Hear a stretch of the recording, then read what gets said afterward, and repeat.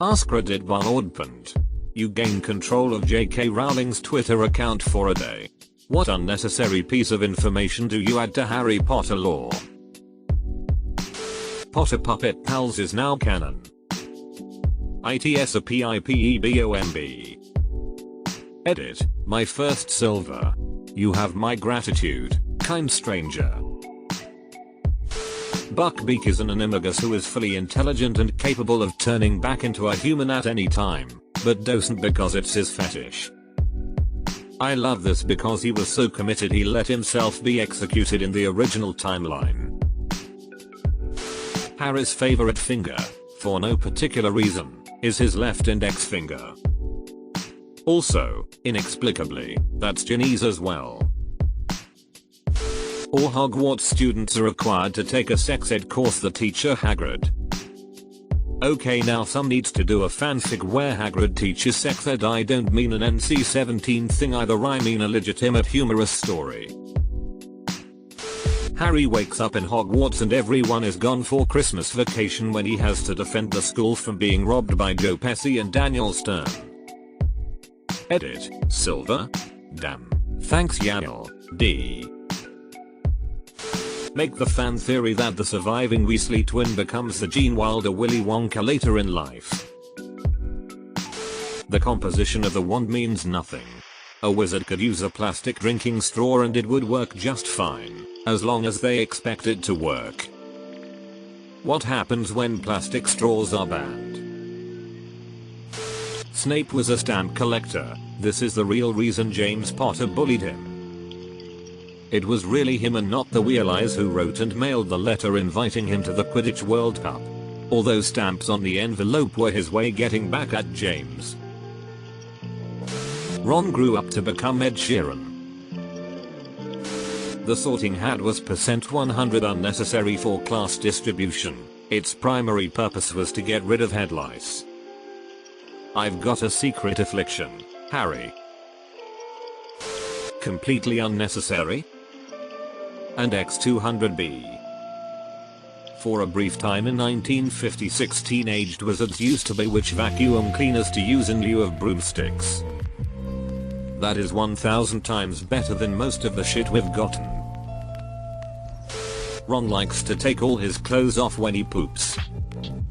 Oddly enough, I have a friend who's been compared to Ron many times who also does this. When you're using the invisible cloak, you're not actually invisible, you're naked. They just choose to ignore you as to not make things awkward. That explains why Fudge and Malfoy send Hagrid straight to Azkaban without a trial in Book 2 when they walk into Hagrid's hut while Harry and Ron are hiding. Dudley Dursley has a Muggle-born daughter. She gets her Hogwarts letter and Dudley reconnects with Harry so he can learn about magic and be the opposite of his parents. Teenage wizards would jack off in front of the hottest moving paintings. Deleted. Hogwarts in the 60s was a drug-fueled Technicolor dancing orgy every night, and the only reason it doesn't come up more often is because not a lot of people clearly remember it.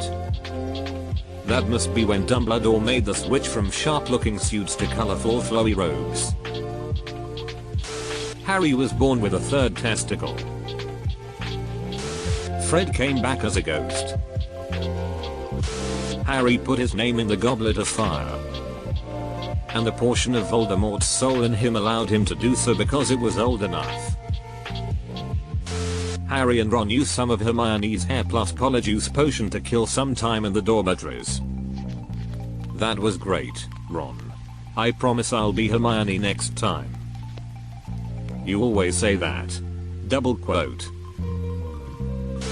The reason Dumbledore didn't bring back Harry's parents with the time turner is because Dumbledore always wanted a son of his own, but then changed his mind a few years later and dumped him at the Dursleys. There's a solid book that could be written about Dumbledore's attempts to defeat Voldemort through time travel. In the end, he had to choose to sacrifice his own life to make sure it happened. Hagrid tried foe and didn't really care for it. This is so delightfully pointless. I love it. That most people don't play beyond their early 20s because they develop Quidditch arsehole. Every so often a player has to retire because a snitch goes somewhere where you don't usually want a vibrating golden orb, and frankly there's no returning from that ignominy. There's a witch writer called K.J. Rowling, famous for her Muggle book series Harold Rogers, where the protagonist engages in wacky Muggle adventures. Edit. 48 inbox notices and not one Hogwarts letter. With sidekicks Roberta Beasley and Herman Danger. Nobody gives a fuck about Harry after he graduates, and he ends up spending the rest of his life bitter and working as a barista at Wizard Starbucks in Hogsmeade. Fred and George Weasley switched places during the Battle of Hogwarts.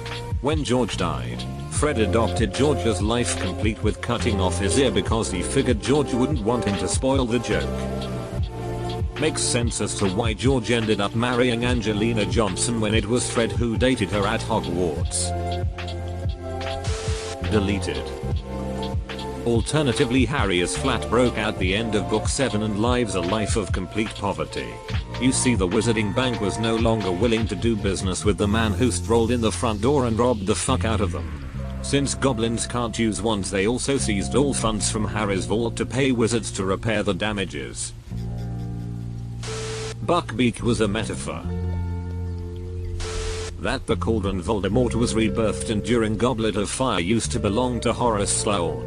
It was gifted to his favorite student, Tom Riddle, the year Riddle left Hogwarts. That's a perfectly reasonable piece of info, though. After book 2 and the Polyjuice experiments, Ron and Hermione permanently switched places. Blimey, Hermione.